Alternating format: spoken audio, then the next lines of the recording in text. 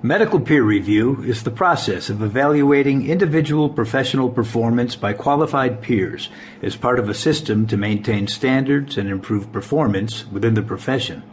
If misused, peer review can be a powerful weapon to constrain competitors, to eviscerate political rivals, and to energize personal egos through the diminishment of other professionals. In medicine, under the shelter of near absolute immunity provided by the Healthcare Quality Improvement Act and state peer review counterparts, the system of review and accountability, as enacted by the legislatures and reviewed by the courts, assumes a high level of good faith and fair treatment of their colleagues by professionals. Like any system with a concentration of unaccountable power to destroy the professional reputation and livelihood of one's colleagues, there are bound to be abuses. This is not to suggest that all peer review is corrupt or that all professional concerns raised through the peer review process are misplaced. All professionals, being human beings, make mistakes. No physician can be on the top of his or her game every day. They need to step back on occasion and evaluate their performance, to consider the possibility that they have perhaps made a mistake or might have approached a problem more skillfully. A major problem with peer review is that there's often a gotcha element that tends to elevate the reviewers and diminish the reviewed.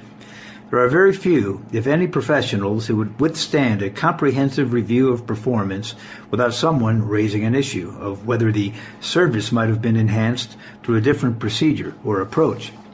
One of the ironies of the peer review system is that it is not unusual for members of a peer review panel to sit in judgment of colleagues on issues in which the reviewers have a far worse record of performance than those reviewed. Yet, a physician in peer review is constrained from raising that irony in defense, under the retort that it is the performance of the reviewed physician, not the reviewers, that is at issue.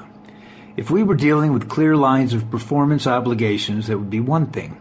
But more often than not, peer review deals with subtle issues over which there is little or no consensus, and over which any professional could be called to task, if someone chose to do so. Unfortunately, much of the focus in the peer review process seems to be on sanctions against a particular physician rather than encouraging improvement or additional medical or clinical education. Because of the structure of the peer review process, affected physicians tend to view the process as adversarial from the start, which in fact it usually is, rather than a collaborative effort to raise the standard of care for all. Assuming that there are none among us who are from time to time could not use the benefit of additional education, training, and insight, the system does not provide for a collaborative resolution that might yield improved performance without the ongoing headaches of legal confrontation. The HCQIA reporting requirements to the National Practitioner Data Bank for physicians whose insurance companies settle malpractice suits or whose hospitals undertake adverse actions with respect to their medical staff privileges creates a quasi-criminal system in which physicians thus are affected are forever thereafter deemed to have a record.